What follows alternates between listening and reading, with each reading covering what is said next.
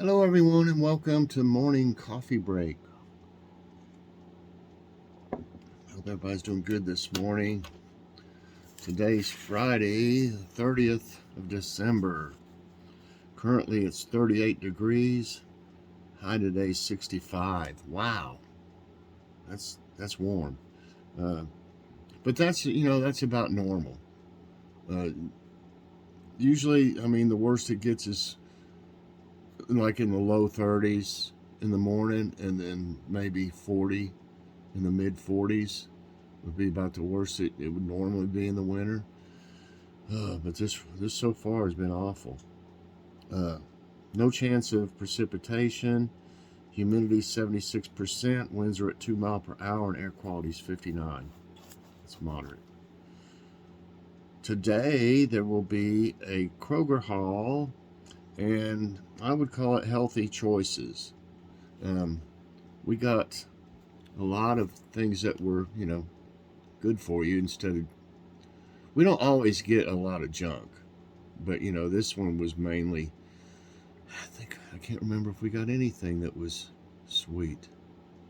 You'll have to watch it to see, but it's a good haul, a good healthy haul. We went to Walmart yesterday, and I'll have a haul coming out for that in a few days. I'm about to get my videos all out. I had extra videos that you just keep them on private until they're ready to use, and I'm kind of glad I did, because I had so much going on there around the holidays that I didn't really have time to make many. So I was glad I had those. Okay, but we went to Walmart yesterday, and we ended up getting one of their, I think it's just super supreme sub or something like that. Of course, they went up from the last time we got one, I think it was $5.98. It's been a while back, a couple months maybe, and they're $7 now, but they're still pretty good.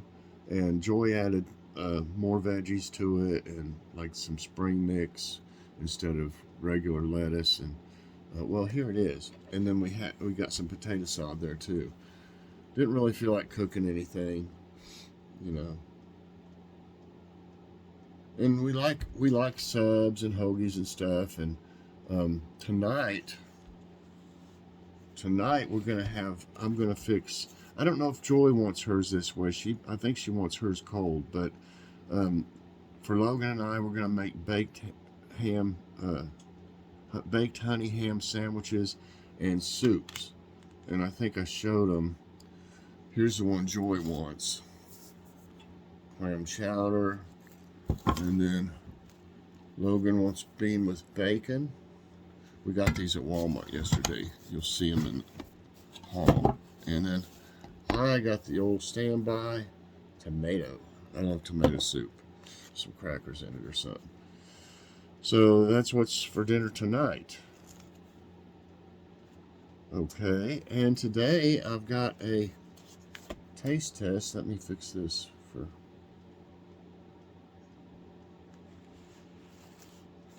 Okay, today you've seen it in the thumbnail by now, and this is really big.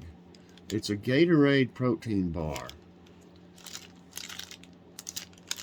And I'd never even seen these. I don't know how new they are, but I got this at Grocery Outlet. I think it was $1.19, but it's really big. It's, so that's not that bad. It's chocolate chip flavored, and if you eat the whole bar, which I don't, that'd be enough for a meal right there. I'm telling you, that's a lot.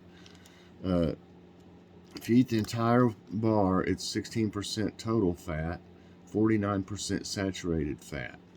It's chocolate. 10% of cholesterol, no trans fat, 7% of sodium, 15% of carbs, 6% of fiber, 56% of sugars, 38% of protein, 15% of calcium, 10% of iron, and 4% of potassium. That seems to be like a lot of sugar too if you eat the whole thing. But like I said, this thing is really big, so there's no way. I might eat half of it if I was, if I was having it. Ooh. Certainly is covered with chocolate. And you can see it is really big. This is about the biggest protein bar I think I've ever seen. Really.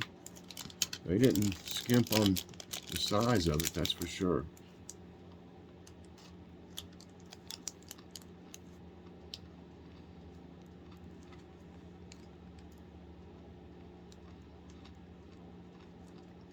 Crunchy stuff in it.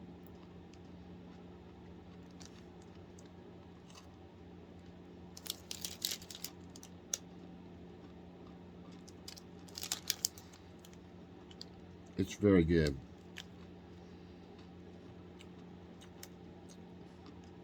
I still don't think I can eat all of it at once. It's huge.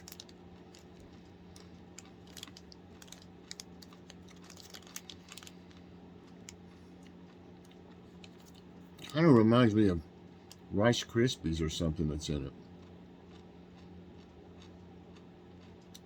Nice crunch.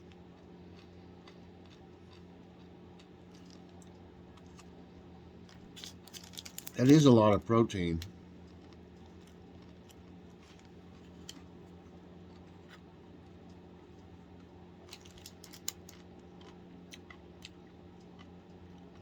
"20 grams of protein."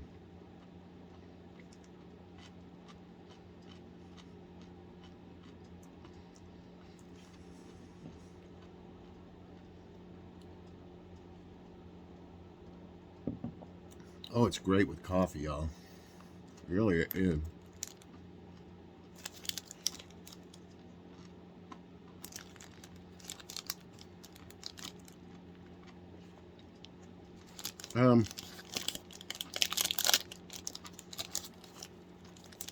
Man, this is really good.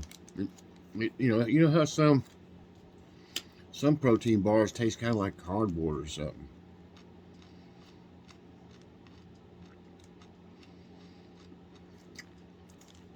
The total fat is not really that big a problem. All this chocolate is what made that saturated fat high.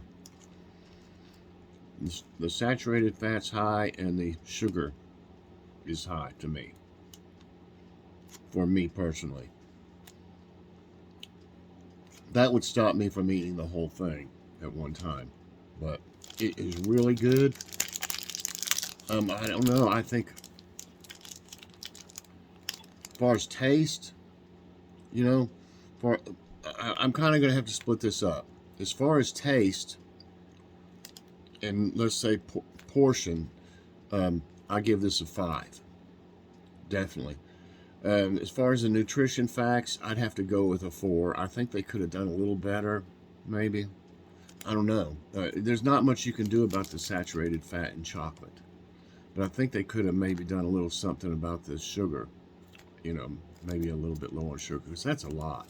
It's a lot of sugar, but it's definitely really good. So, I give it a 5 as far as taste and size, a 4 for its nutrition facts. And that's the bottom line.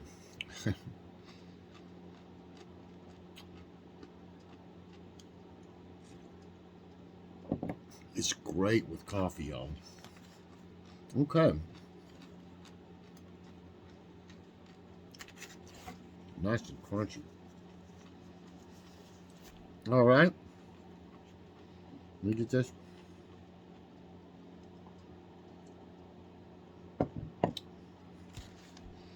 Y'all ever seen this stuff at Walmart? You ever had Goober Grape before? I think that's by Knott's Berry Farm? No. What's that name, man? Anyway, y'all know what I'm talking about. I can't even remember the name of it. Not Knott's Berry Farms. Anyway, this stuff is really, really good, and usually they're out of it at Walmart. As soon as it comes in, people start grabbing it. It's good. Maybe I'll do a taste test on that one morning. I have had it before though, but I'm sure a lot of y'all probably hadn't had it. Okay, today's tidbits. Chilly weather stunned several iguanas in South Florida. I know I had something about this a week or so ago. The cold weather that South Florida experienced. Hi, kitty. What you doing, huh? You gonna look around? Huh? Get over here. Get over here. Hey. The cold weather that South Florida experienced over the weekend startled several iguanas. Uh-oh. Look what you did. You knocked over the soup. She can't have chocolate. But she's wanting something. Hold on, let me get her some cat food. Okay, got her taken care of. There's her cat food, that little Friskies, the seafood one she loves. She loves that and the surfing and turfing favorites or something like that. Anyway, the cold weather that South Florida experienced over the weekend startled several iguanas. Temperatures in the 30s and 40s usually cause iguanas to become immobile, so until it warms up, they will continue to be in shock. A video shot by a resident in West Palm Beach showed frozen iguanas at an apartment complex. You know, that would look crazy. It'd be like, I don't know, it'd be interesting to see. I got all these in your way. Okay. And remember the bats? I think it was yesterday that they were trying to save from hypothermia. Over 700 bats back to health after surviving frigid cold in Texas. I don't know if that means, they said something about 1,600. I hope all those others didn't die. Following a week of recovery from exposure to frigid temperatures, more than 700 wild bats were released in Houston, Texas on Wednesday night.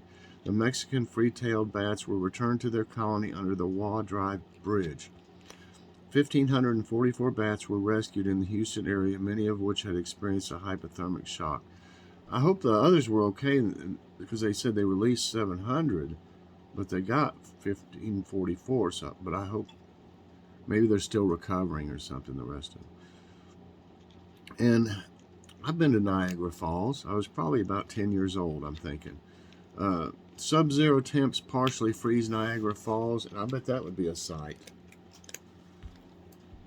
Niagara Falls has been partially frozen due to the sub-zero weather.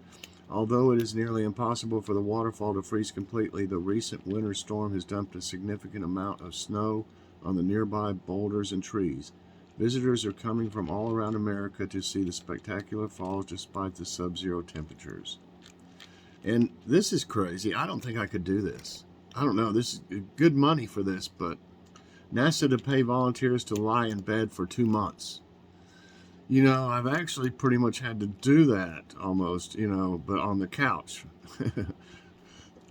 when I've been recovering from surgeries or stuff like that. I'm just sick, But anyway, it says, here's the picture. NASA is now here. You're making a mess with your stuff. Here, let's put it all right there, okay? You got it all scattered out.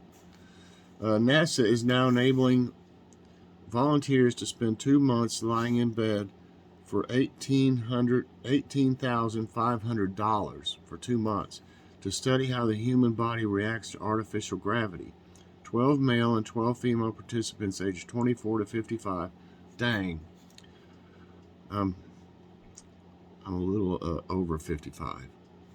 Are needed for the artificial gravity bed rest study to stay in the beds for 60 days. Everything will be done while lying in bed, including eating and experimenting. So, take a bath in bed, go to the bathroom in bed. You just got to be thinking, 18,500, 18,500. I can make it. Okay, that's fine. They did, for once, they had some decent, tidbits. I mean, if it's just about weather, I didn't think y'all know about the weather, so I don't really use all them. And then lots of times it's bad things that's happened during the weather that they have. Nice news. Okay, I thought we did one on that one. I know I did one on the nation's longest serving mailman. I don't know if they repeat them on this or not. How about 10 strangers take part in rare kidney donation chain? Back in March, 10 people, most of whom did not know each other, came together to take part in a rare medical feat, a kidney donation chain. Such chains are a way for people to indirectly donate their organs to a loved one while also helping another person in need. Though the concept sounds like a made-up plotline from Grey's Anatomy, doctors at Houston Methodist Hospital pulled off the multi-day procedure in real life. This particular chain began with 20-year-old Michael Wingard, who gave his kidney to a woman named Heather O'Neill Samara. At the bottom of the chain was Wingard's friend Kaylin Connolly, the reason he signed up for the operation. Dr. A. Osama Gabar, the head of the Texas Hospital's transplant program, described kidney transplants as life-changing for the nearly 100,000 people in the U.S. who need them, and the patients couldn't agree more. Chris McClellan, one of the recipients, told his donor, "Thank you for giving me my life back." And I know I did that. I talked about this guy. How about people appreciate being reached out to more than we think? And I know that's true. You may assume that a simple hello or check-in text message has little effect on your friends and family, but you know what they say when you assume. Research published by the American Psychological Association earlier this year shows that friends enjoy being reached out to more than people think. People are fundamentally social beings that enjoy connecting with others, lead author Peggy Lou said in a press release. This one sounds familiar too. I don't think I'm surprised if they're repeating ones though. They do that on Sunday some, but anyway. There is much research showing that maintaining social connections is good for our mental and physical health. She continued, however, despite the importance and enjoyment of social connection, our research suggests that people significantly underestimate how much others will appreciate being reached out to. Lou's team conducted experiments on nearly 6,000 participants to gauge how accurate people are at estimating how much others might appreciate an attempt to connect. They found that an element of surprise, like reaching out to someone you have lost touch with, was associated with an even higher level of appreciation. So consider this your sign to finally connect with that old friend you've been meaning to call. That's not a bad idea at all, So anyway, let's see.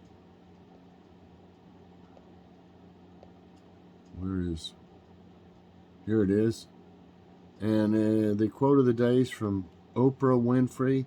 To extend yourself in kindness to anybody is an extension in kindness in the world. All right. Everybody, that's it for Morning Coffee Break today. I hope you enjoyed it. If you did, I hope you'll press that like button. Also subscribe if you haven't already and share this out. And hit that so you get all my videos as soon as they come out. Check out the Kroger haul today. Healthy choices.